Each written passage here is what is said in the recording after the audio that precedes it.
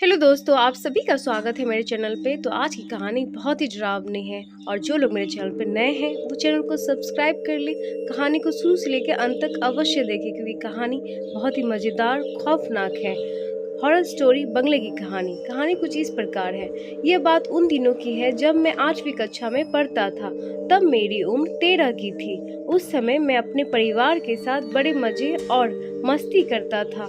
मेरे परिवार में मम्मी, पापा और बहन और मेरी दादी भी रहती थी। मेरे पापा रेलवे की नौकरी करते थे, इसीलिए हम लोग रेलवे के मकान में रहते थे।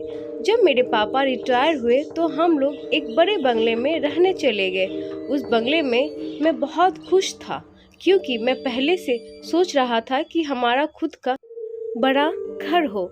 जब हम लोग घर में रहने गए तो हमें एक बेचैनी सी महसूस हो रही थी और हम रात को देर से सोते थे क्योंकि हमें डरावनी पिक्चर बहुत पसंद थी और हम देर रात तक टीवी देखते रहते थे। और हमारा बाकी का परिवार खाना खाने के लिए थोड़ी देर बाद सो जाते थे। एक दिन की बात है, जब मैं रात में 11:30 बजे टीवी देख रहा था तब मुझे लगा कि बाहर से कोई आवाज़ आ रही है। मैंने सोचा मम्मी या पापा पानी लेने के लिए उठे होंगे, वहीं से आवाज़ आ रही होगी। उस समय मैंने ध्यान नहीं दिया, लेकिन थोड़ी देर बाद जब मैंने टीवी बंद कर दी तो मुझे फिर से पायल बजने की आवाज़ आ रही थी कि जैसे कोई मेरे पास चला आ रहा हो। मैंने देखा तो कोई ना दिखा तो मेरे पैर थर थर कांपने लगे और मेरे होश उड़ गए। ये कैसी आवाज़ है? तभी पायल की आवाज़ बंद हो गई। थोड़ी देर बाद आवाज़ फिर से आने लगी तो मेरा दिल जोर जोर से धड़कने लगा, मानो मेरा दिल बाहर आ जाएगा। मैंने सोचा कि यह बात सबको बताता हूँ।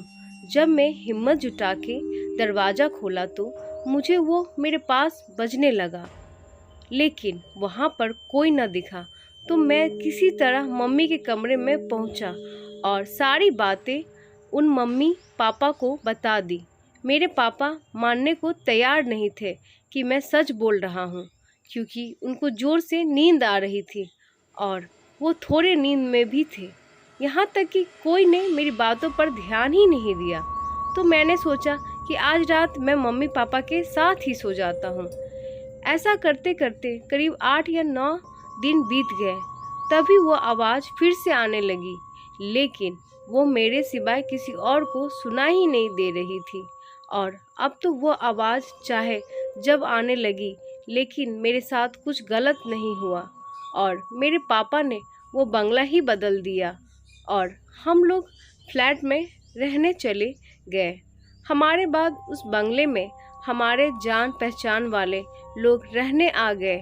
उनका छोटा बेटा हमारा बड़ा अच्छा मित्र था। एक बार वह हमसे मिलने हमारे घर आया और हमसे पूछने लगा कि एक बात मैं तुमसे पूछ रहा हूँ, सच सच बताना कि उस घर में कभी तुमने किसी के चलने या फिर पायल बजने की आवाज़ सुनी थी?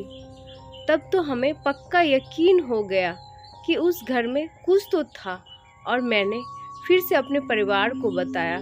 तब उन लोगों ने हमारी बातों पर यकीन नहीं किया कि अब मैं सच बोल रहा हूँ। और जो लोग वहाँ पर रह रहे थे उन लोगों ने उस घर में पूजा पाठ कराया तो पता चला कि वहाँ पर 7 औरतों ने एक साथ फांसी लगा ली थी और यह उन्हीं की आत्मा थी।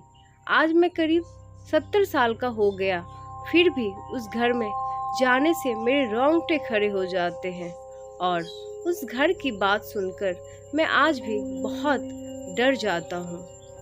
तो दोस्तों, आप सभी को मेरा ये हॉरर स्टोरी कैसा लगा प्लीज़ मुझे कमेंट करके बताएं और अपने दोस्तों के बीच शेयर करें। आप किस तरह की कहानी को सुनना देखना पसंद करते हैं, मैं अवश्य वो कहानी लेकर आऊँगी।